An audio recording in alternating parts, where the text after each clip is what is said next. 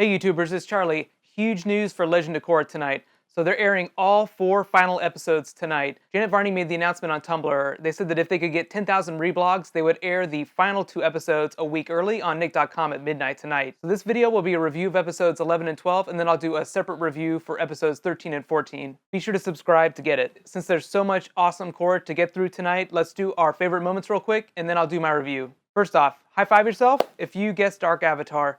Unalaq explained that once Harmonic Convergence started, he would fuse with Vaatu, and because they would be in perfect alignment, they would be a much more powerful avatar than Raava and Korra would be. This doesn't explain how he can be the avatar without having all 4 elements, but I think that the showrunners just want to imply that Vaatu would give him that ability, just like Raava kind of held all 4 elements for Wan. But that doesn't confirm whether or not there will actually be a Dark Avatar. We'll find out in those last 2 episodes, though. So we got to see Harmonic Convergence, and the visual effect as well as the soundtrack during a lot of these scenes were amazing. Watching that wave of dark energy just envelop the entire planet. If you're confused about what that means is when Harmonic Convergence happens, it basically amplifies spiritual energy. So any spirits walking around now are 10 times more powerful. It doesn't explain whether all benders become more powerful, but spirits definitely become more powerful. That's why Vaatu is able to break out of his tree prison. That classic fire ferret scene at the end was also amazing. Obviously, Bolin kind of had his moment at the beginning of the episode in the arena. Bolin and Mako were basically running a block on Unalaq while Korra was trying to close the portal. She didn't do it in time, but it was still amazing seeing classic fire ferrets. Fire ferrets, ride or die!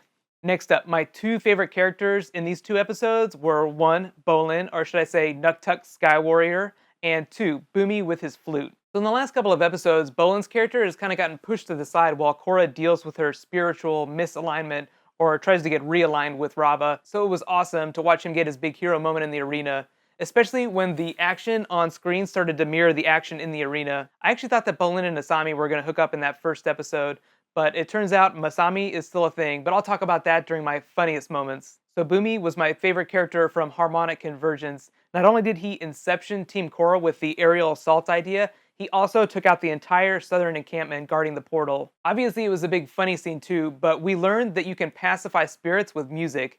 So obviously not all spirits because it led to that big destruction scene, but I think that his flute is going to come in handy later, or it's going to inform some of the character's strategy. Raise your hand if you thought the soundtrack during that whole Bumi destruction scene when he climbed in the mech was amazing. The sound just picked up and was perfect for that scene. It was hilarious and the action was amazing. As a side note, I'll also probably be doing a giveaway for the Korra soundtrack whenever they release the Book 2 soundtrack. As for my funniest scenes in the episodes though, even though Bumi kind of brought most of the comedy, the Masami versus Makora, especially in that first episode, was amazing. Right below in the comments, how many different expressions do you think went across Mako's face when he tried to deal with Korra and Asami? It must have been at least 20. 20 expressions of awkward in under 30 seconds. It was hilarious. Poor Mako. He brought this on himself though. But the big questions we have after this episode and before the finale are 1. Will Unalaq fuse with Vaatu? And how will Korra stop them if they do become the Dark Avatar? Because remember, they're supposed to be more powerful than she and Raava together. 2, how will they save Jinora? We didn't see Jinora in this episode, but she's still in the spirit world. 3, will the twins betray Unalaq and help Team Korra? And 4, what will Korra do to pacify all the dark spirits roaming around in the human realm?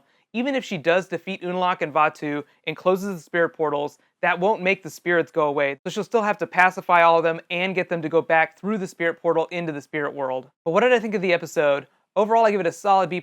It was great. I really loved the way it took side characters, or at least main characters that hadn't been serviced, and really gave them big moments. It paid off a lot of moments for people like Bolin and Bumi that had kind of been pushed to the side for a long time. The action was great. The soundtrack was great. It's still not as good as Beginnings. Beginnings is still my all-time favorite Korra episode right now, but it went a long way to answering some of our biggest questions, like the Dark Avatar question. Even though there are a bunch of questions that still remain unanswered, we'll find out after the finale, because it literally, the last 2 episodes will be airing at midnight tonight on Nick.com. That's Eastern time. I'll be doing a video for that. Be sure to subscribe to get it. I'll post it right after the episode airs, so it'll be late tonight. But let me know what your favorite moments were, and if there was anything that you thought was really important that I didn't mention in the video. It was an hour of Korra, so there's a lot of stuff that went on. Be sure to write it in the comments, and we'll discussify. Right now, click here to get my review of the finale. I'll add the annotation as soon as I post the video in a couple hours.